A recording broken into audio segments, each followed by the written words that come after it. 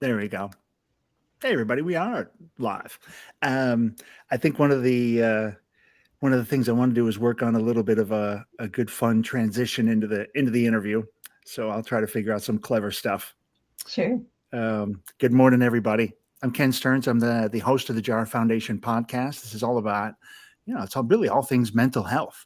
And today, really kind of exciting for me because I have a guest who's an old friend, Jessica.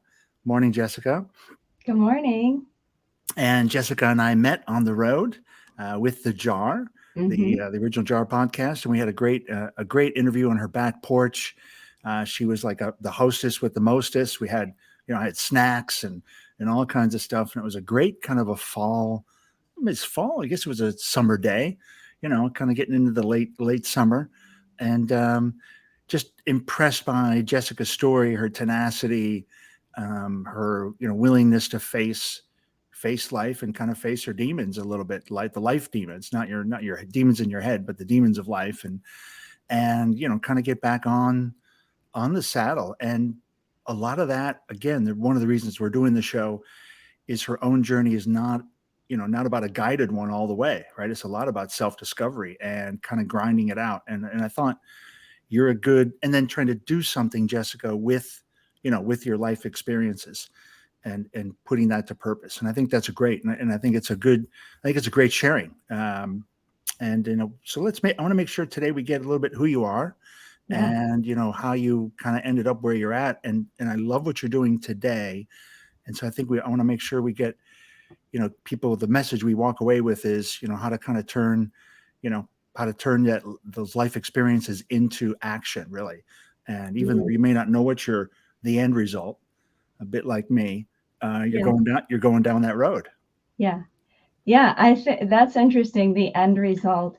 I've been I've been thinking a lot about that and talking a lot about that with people. This idea that there is like everything that happens, every tool that we have is just sort of these puzzle pieces, and we Mm, don't have, you know how you're putting a puzzle together, you have the picture in front of you. yeah. We don't have the picture in front of us Oh, necessarily. We might have like a vision, some direction of where we're going, but all of these pieces are coming in. So it's kind of figuring out, okay, how do all of these pieces work together? And what is that ooh. larger picture going to look like? Oh, I love that analogy. And for a lot of people, I think that's really scary. And I think even for me, in when I was younger, that's a scary place. Uncertainty can be really Yeah. scary place.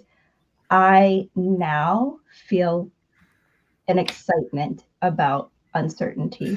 And I think it's because I have at least a better idea of the direction that I'm going. Hmm. Hmm. How did And you? Yeah. Yeah. more tools to Uh,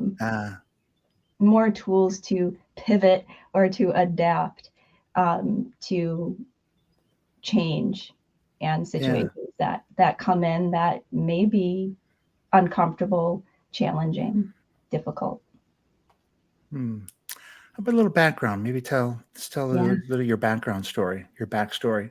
Yeah. And So then maybe. this is great because I am working on a book. So now that I've said that Oh, just live, put it out there in the universe. keeping me accountable for writing it.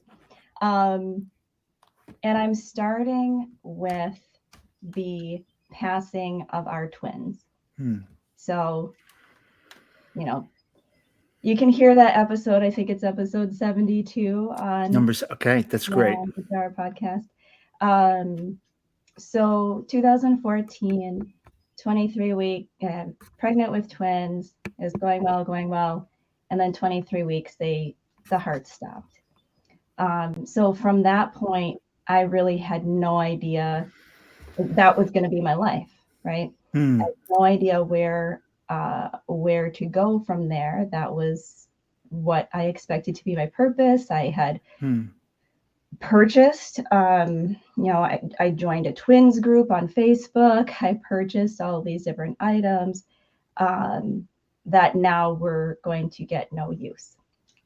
You So had the puzzle. You had the puzzle picture. yeah, I thought I did. Yeah, you. I mean, you had it there in front of you. It's in your mind, right? You had it, and that was really shattered. Yeah, yeah. So so after a few months of mourning and grieving, and the spring, so this was in fall, it was actually the day before Thanksgiving, and I remember that we found out a couple days maybe before Thanksgiving, that was the day before Thanksgiving 2014, that we found out that their heart stopped. And the specialist who we just met, she came in and she said, it's okay to not be thankful. And I said, I still have things to be thankful for. Like, it was just this really powerful moment of strength in that moment. Certainly a long road to and still continuing to process and heal. But in that moment, I found that strength to still have some bit of gratitude, even in the face of that loss. And the day after Thanksgiving, so we still met with family on Thanksgiving. Everybody kind of said their goodbyes. We still miraculously had laughs. There was sadness, but there was also levity. And the day after, we delivered, and it was hard. It was hard for everybody. The spring following that, the next year, I was like, you're watching everything in bloom. Other people are having babies, and I was getting really bitter. I was upset about the coming of life because I had this loss. Yeah, absolutely. At some point, and this is a piece that I'm still trying to figure out, what is it in people that they just decide that they Yeah. don't want to feel a certain way, or that they want to change. I don't know what that is. Like, if there was like something that some way that we could figure that out. But I just decided I didn't want to feel this way. I didn't want to be bitter. It's the two roads, right? Yeah. I just had an interview with somebody who had a loss like this, and he's like, "There's two roads: bitter, dark, dank, I watched it. angry." Yeah. You know what? Right? His interview, whew, or you take this road of it's the other road. Right. Yeah. Yeah. And so you you Yeah. changed roads. Yes. One thing I think that did help early on is that after that loss, I didn't have necessarily a problem with drinking, but I drank. But after that loss, I took like a month or month and a half off from drinking, because I knew that would be a problem, or that could be a problem, because I was in this really Yeah. bad Well, emotional you're just state. numbing. You're just numbing yourself. Right. So I did make that decision. But in the summer, I was like, I don't want to be bitter.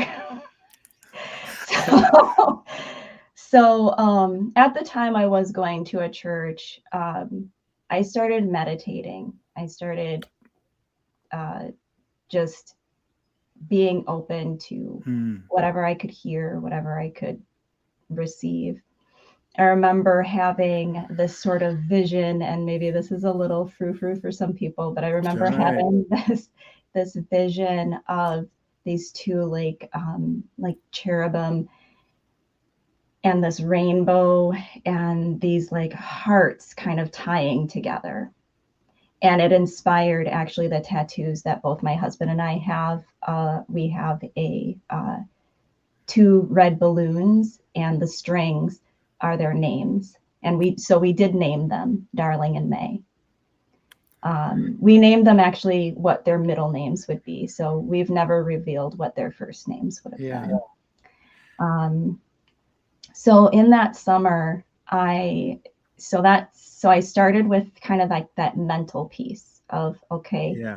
how can I slow down? And Yes. then I stumbled upon a book because I was looking for inspiration, I was looking for motivation.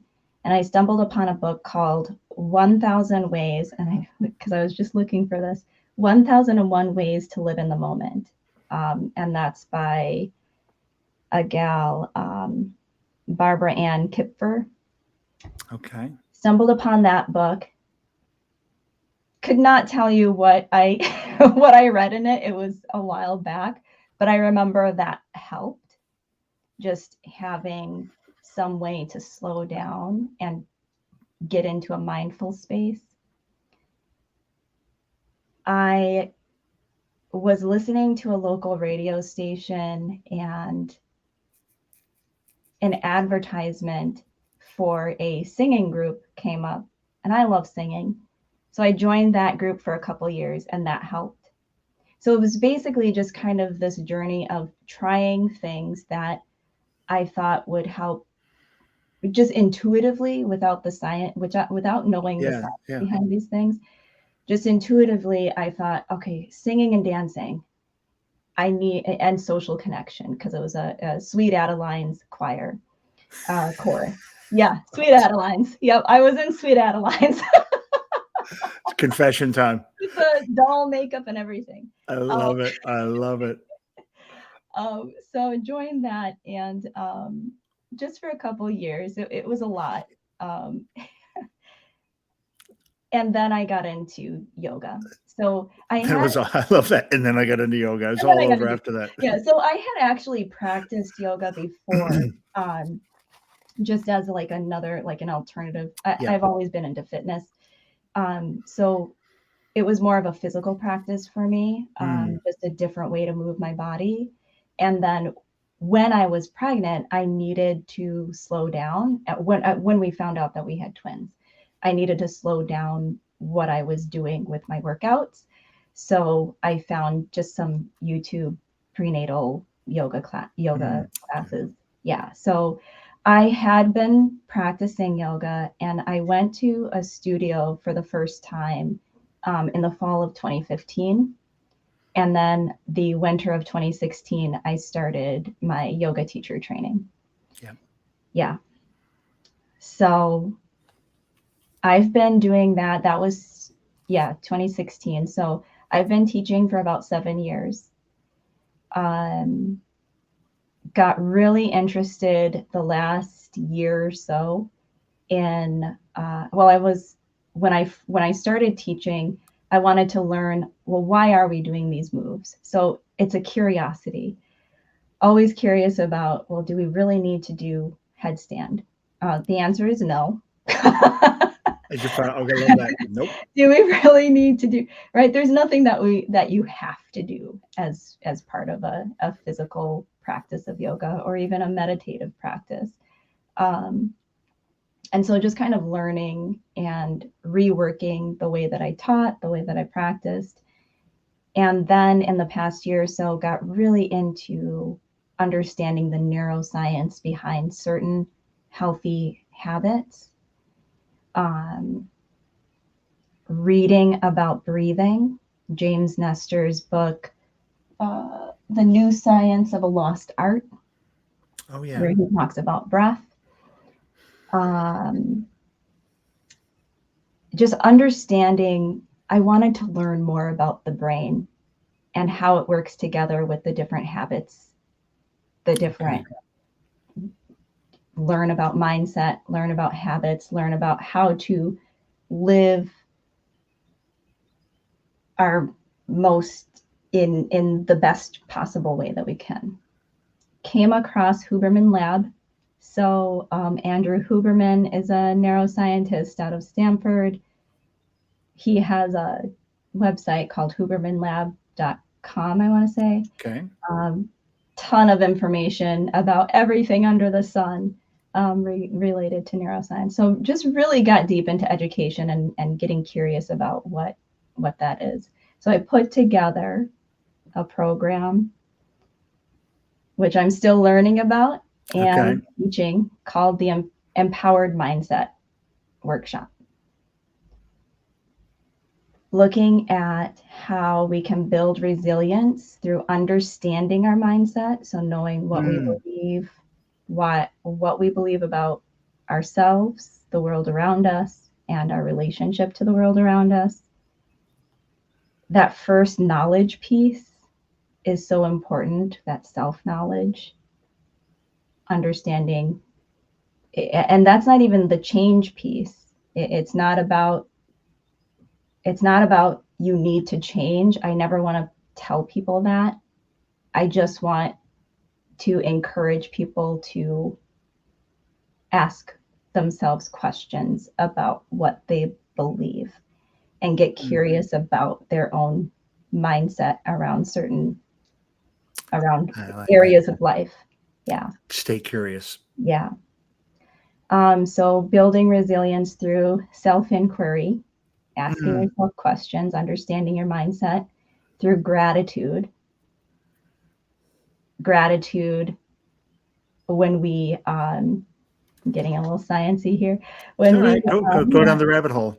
So when we express gratitude, it releases both serotonin and dopamine.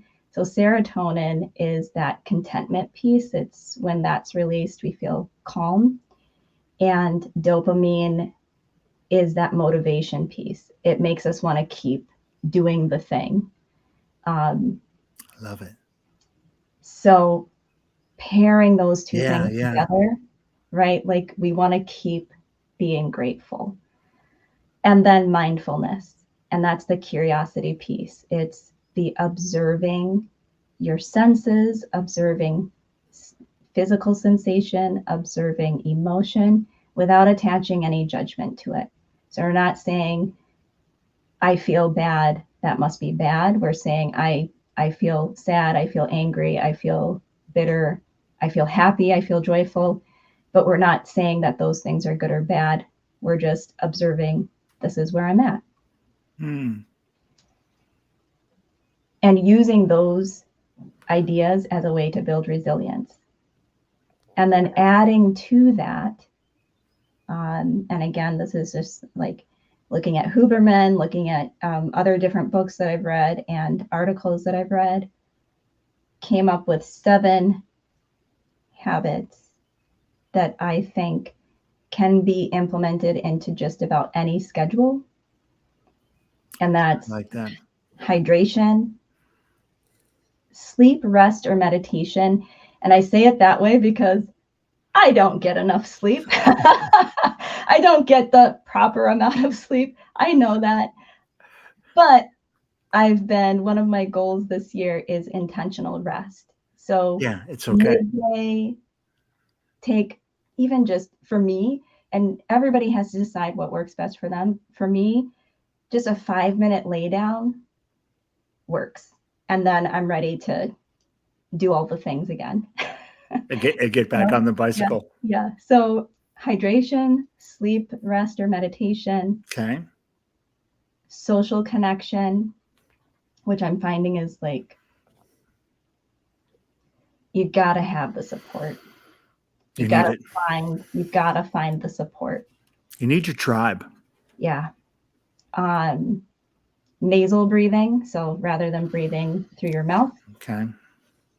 um, we have these little tiny hair-like structures in the nose that filter out all the garbage.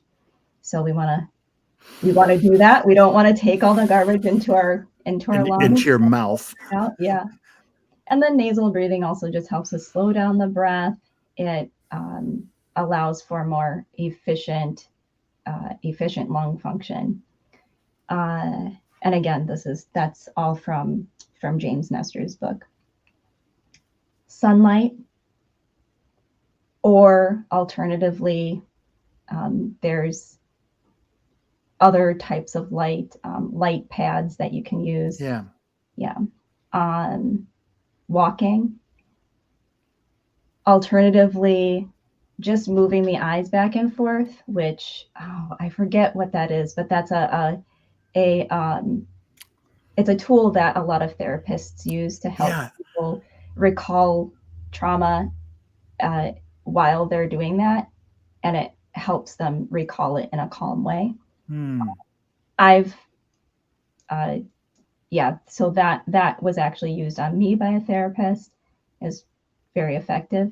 But what walking does is it automatically creates that eye movement, which is called optic flow. So when we're walking, Oh, we're calm.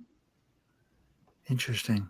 I've also noticed just experimentally when I'm walking with someone, there's so much more openness to talk. Like it feels like my brain moves a little bit quicker and thoughts start to ideas connect rather than when I'm just necessarily sitting down. Yeah, Uh, agree, agree. yeah. And then lastly, oh yeah, I covered it. That was seven. Yeah, number 7. Is this the book? So this will be part of it. Okay, Yeah. okay.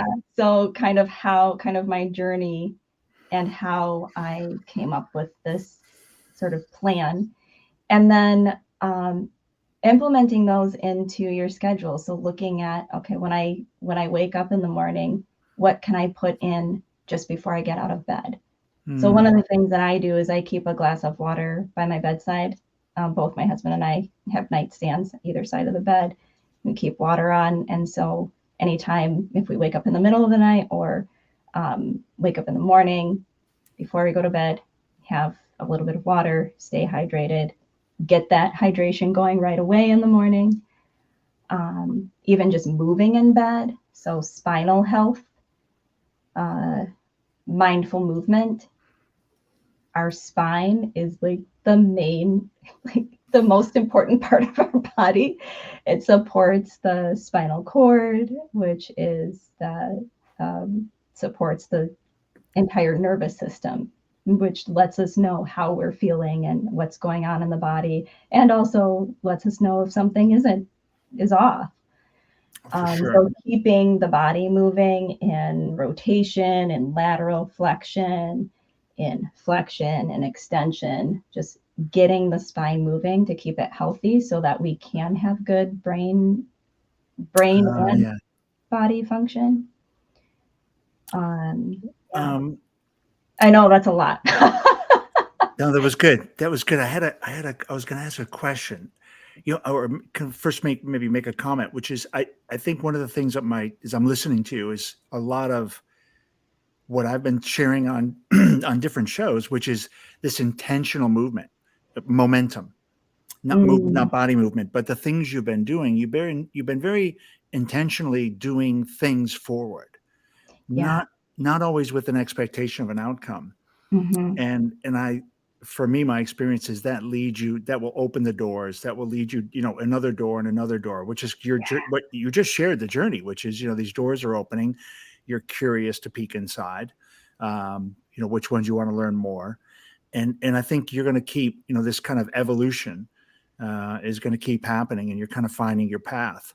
It's really interesting to watch and hear the story now. It's really cool. Yeah. But to hear it again, in a different kind of a light, or different, not the same story, different, but interesting to see how it's kind of developing.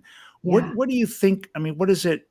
You've gone through all of this, and like I said, you're a perfect test case or a classic case for what I'm talking about, which is that self discovery, right? A lot of Mm, you've had the therapy, but also you've done a lot of this has been grinding and figuring your own way out. I mean, what advice? What's your looking back from where you're at? Is there a way to shorten this experience for somebody, or is this what the process is and people should have faith around this, faith in the path? And because it's not easy, what you've gone through is you're talking quite a few years now hmm. of a journey of self-discovery. Yeah. I mean, what's your self advice if you were to talk to yourself 10 years ago?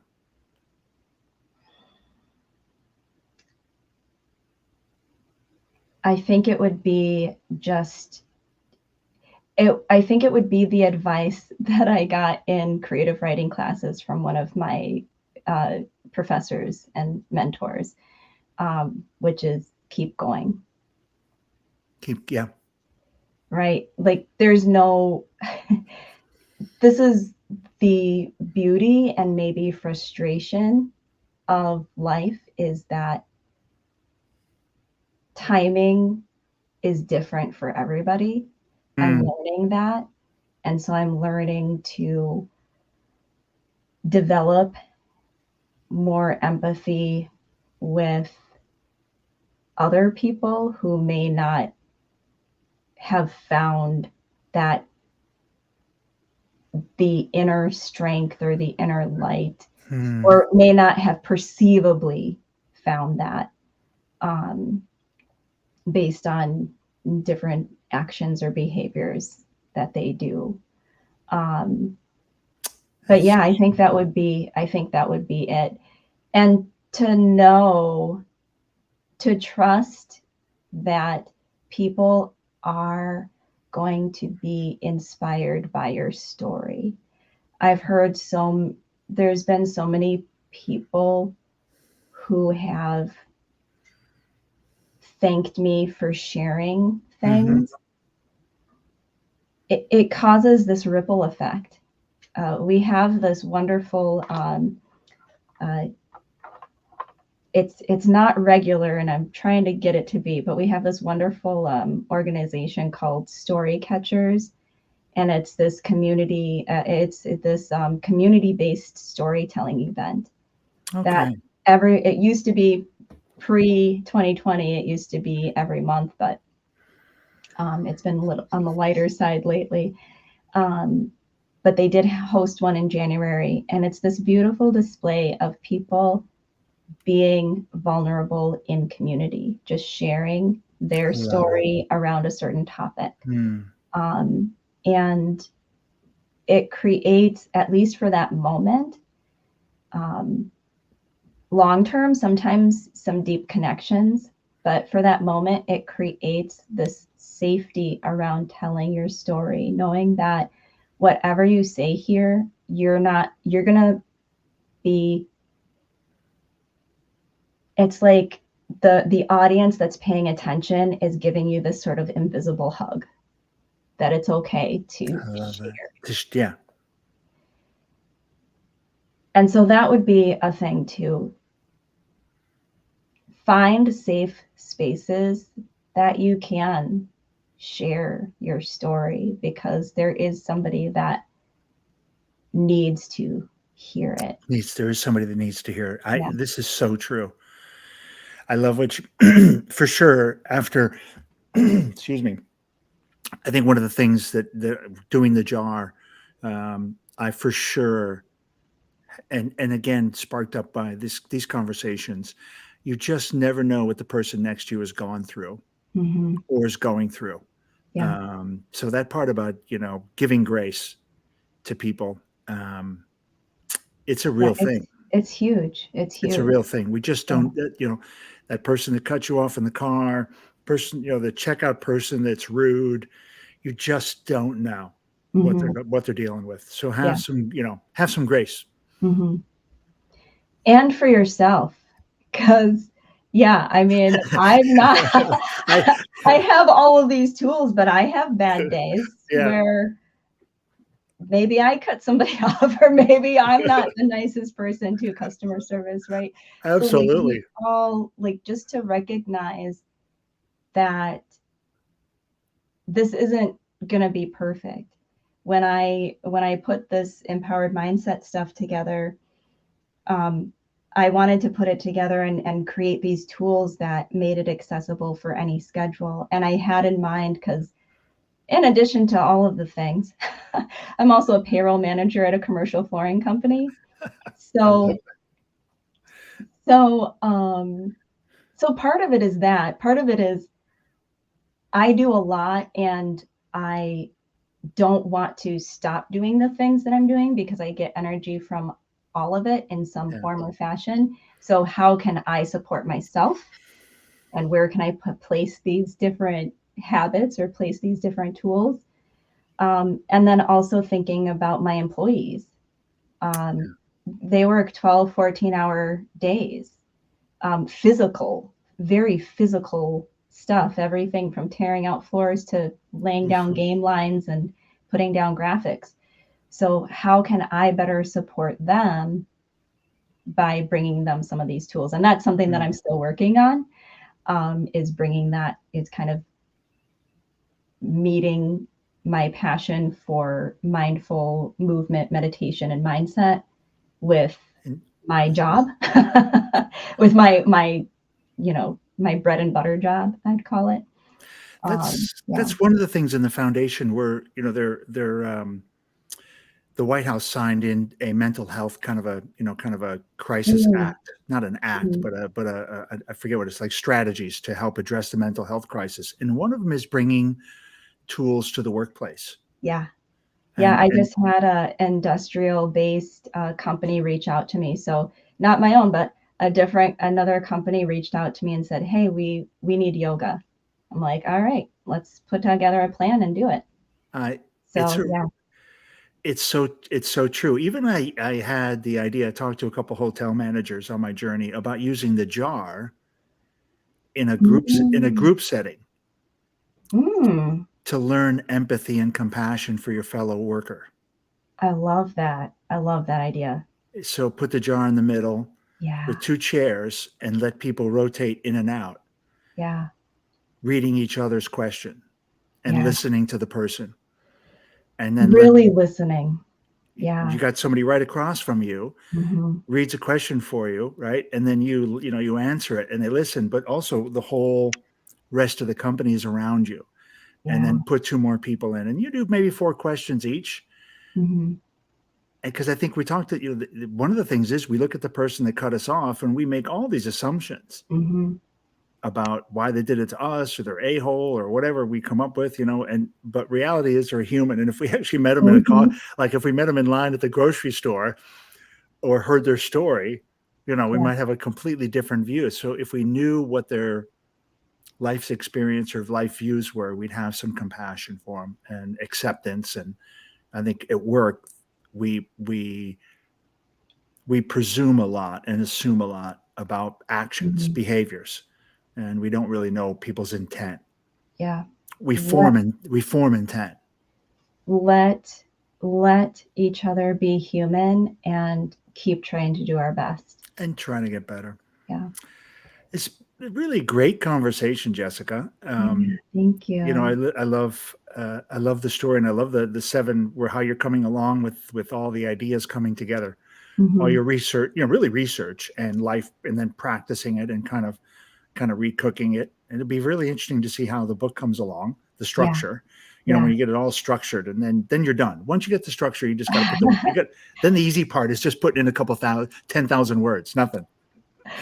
See, yeah, and I'm doing it different. I just start, I'm just writing. So I have a couple of my first two chapters drafted. Okay.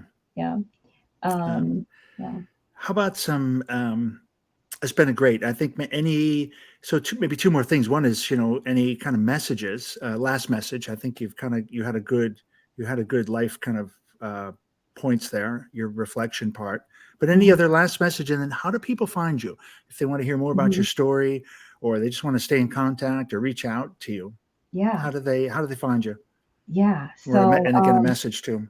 yeah, a couple quick things. So a friend of mine and I started a podcast called That's Deep with Eden and Jess, which is conversations around vulnerability, authenticity, around certain topics. Okay. Just had a wonderful conversation with my dad, and that's going to come out on Sunday. Can you put that in the chat? Can you Yeah, type that in the chat so people can, so it's a record. yeah, Um, oh, that's good. You had your dad on the show. yeah. We just Oh, I'm so went jealous there. Yeah, to have. yeah. Um, Eden and Jess. Yeah, so that's on both YouTube. So there's a vulnerability uh, element there, just being right, like video, like this. um, uh, So it's on YouTube, but then it's also just about anywhere that you listen to podcasts. Okay. And then the other thing, so our first episode was called Going and Afraid, and it's just myself and Eden having a conversation about what we're doing or what we think we're doing or what we're trying to do with this podcast and what it looks like and who we are and um, why people should care or why maybe people don't care and do we care, right? Like I love that. if we care about it, that's enough. So go unafraid, try things out, see what works. Um, so many good conversations we've had now. 12 guests, 11 episodes are out, and all of them have amazing stories and wisdom share. And then the other thing is just kind of maybe a little promo, and I don't know who this will all see, but I know that I'll be sharing it with my people, so I want to put this out there. Next Tuesday evening, so there's this men's mental health initiative called Dudes and Tacos, and tacos is an acronym. I never remember what it is. People can look it up. Talk, acceptance, love, kindness, and something. But it's a free event through a youth services, mental health, and foster care organization, nonprofit organization in Green Bay, Wisconsin. Okay. And they're having me on next Tuesday evening, or in next Tuesday evening, to guide Broga, where I'll be guiding some mindful movement, some meditation, and talk a little bit about mindset. And yeah, so tacos is an acronym, but they also serve tacos. So I mean, you yeah, create those kind of places, can you, interesting to see how those work. And, maybe you get some of those stuff becomes, grow platform yeah. to platform. And then where people can find me Yeah. is on LinkedIn, Yeah. on Facebook, on Instagram, just about. I'm on TikTok, but that like it's it's all kinds of different videos there. So you'll see me doing some yoga, you'll see me doing some walk and talks, but then you'll also see me smoking a cigar. So there's all kinds of, you can really get to know me. Tick. I'm all of the things. I Um, love it. yeah, And smoking cigars. yeah, guys. Which, And then my business is called Yoga Story. and it's called Yoga Story. Yoga Story, and just this idea that we don't even, I just said, don't be afraid to tell your story. But for those of us that it's difficult, we can use the body, we can use movement to express emotion and to tell our story through movement. It is, and that's huge. There's a lot of people where it is hard to share. So what else can I do? You can move your body. We just about all of us have some capacity to move our bodies in some form or fashion. Absolutely. Yeah. Jessica, thanks so much. Thank you so much, Ken. It was so good to see you and talk to you. Yeah, it's really great to see you and chat and catch And up. thank you And to all who listen yeah, we get, and you get, watch. yeah, we got, I think well, we'll also, ultimately we'll put this up on the foundation. We have a channel on YouTube, or not YouTube, well, YouTube. It'll go on our YouTube channel for the jar as a Mhm. stream. Goes on LinkedIn on my profile. And then Mhm. we're also, we're on Facebook. We'll be on the jar Facebook. So this will be on Facebook. You can find it. And then of course, LinkedIn, and we'll put it up on Apple Podcasts in a couple weeks.